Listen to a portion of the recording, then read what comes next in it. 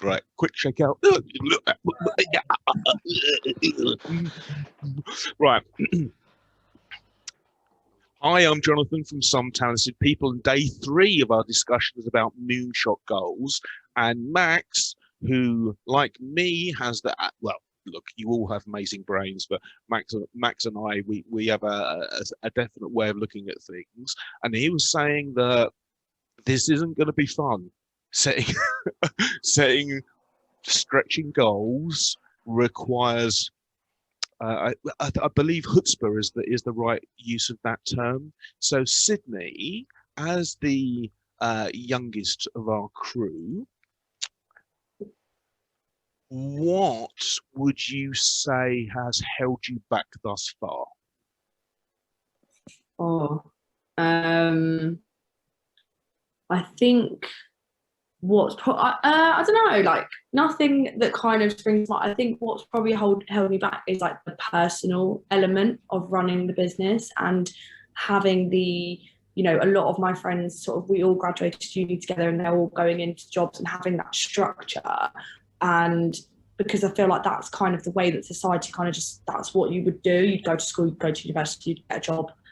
That would be it. Or not that would be it, but there wasn't anything kind of other sort of options, or there wasn't really when I was growing up at home. That was kind of just what you were expected to do. But I think obviously working on my own and working on my own business, I don't have that same sort of 9 to 5 structure, and the learning maybe opportunities are slightly less because I'm not learning from the colleagues and the people working above me. I think that's what's probably held me back. But then a lot of that I feel like is definitely in my head, because the amount I have learned from people like yourself and in networking and the connections that I have gained are the same thing. It's just in a different context because I work for myself and I'm not sitting next to them every day. Right. So I think for me, the goal setting in that respect, like I love setting goals. That's like my favorite part of the business. Definitely is, especially when I like achieve them and I can almost kind of see how it's going to work and see where I'm going to be. And then something will happen and cut my legs out from under me, and then I just, start, and then you just start again. But yeah, I think it's definitely the kind of social element, because I've never really worked in an office or, corporate side. So an appreciation. So how long have you been in your business so far? 3 years?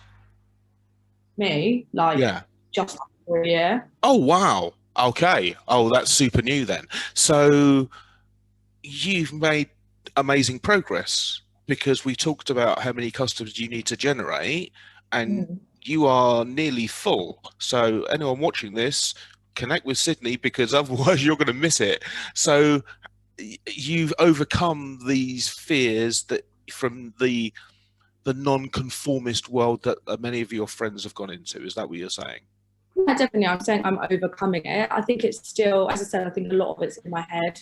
And I think it still does, it's difficult, especially during lockdown. It hasn't been easy at all because you've got even less people to kind of connect with and things like that in person. But I think it's going to be one of those things that I don't see like my business now is not how my business is going to look forever. Right. So in the next couple of years, I could have staff, I could like go into an office. You don't know, the opportunities are kind of endless. Whereas I think in sort of a corporate job that I could have gone into, like for instance, my brother has, he finds himself dealing with a lot of the stress, but not actually taking any of the reward home. So it's interesting having both of us from, the same upbringing, doing completely different things and seeing how we're interacting differently and how we're, what was almost expected to be better for him, he's not maybe as enjoying as much as I am the unsort of conventional route. What's interesting about that is that having agency in your own life is one of the fundamentals of actual fulfillment, not just happiness or satisfaction, but being able to choose your own path. Paul, so as I say, Sydney is as newer than I thought. I thought when I spoke to her, she'd been doing it for years. What are the main fears then that you come up against when you because people come presenting this, my profits, my sales team, whatever it is, and then presumably you're going in and finding out what it's really about?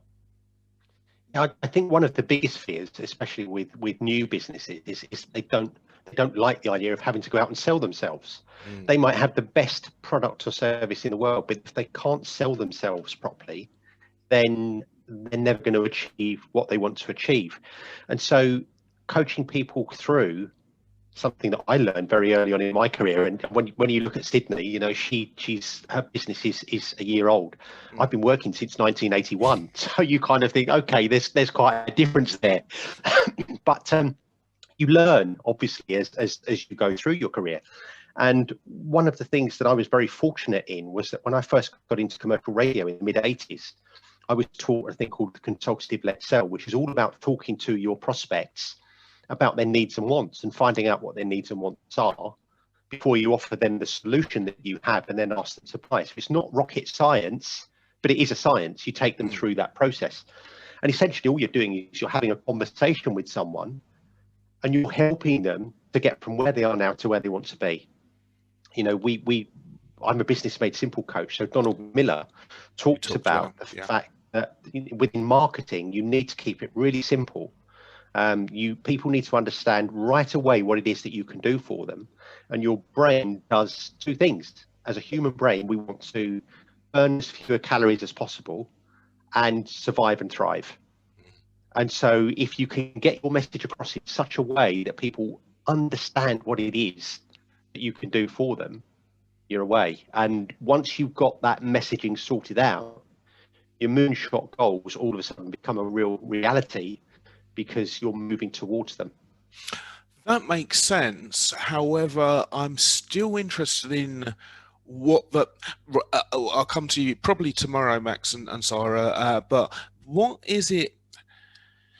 Right, so people are afraid of success, people are afraid of failure, people are afraid of public speaking, people are afraid of selling, as you've identified there. So the selling aspect, definitely. I've been in rooms when we used to network when we used to network actually, you'd meet loads of people in a room, all lovely people, kind, hardworking, with good products, and it was a dirge of lack of planning, lack of a spreadsheet, ironically, Max, and lack of a knowledge of what they wanted or where they were going. So there must be more than just a fear of sales.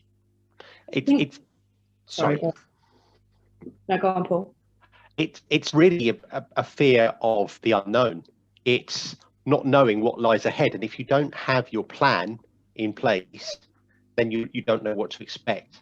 So that planning is really important, whether it's a spreadsheet or whether it's a daily planner that you have that shows you the goals that you have and what you have to do to achieve those goals. Hey, shut up. No, you shut up. No, you shut up. You shut up. You're the one talking. Well, there's no one else here. Look, everybody, just shut up.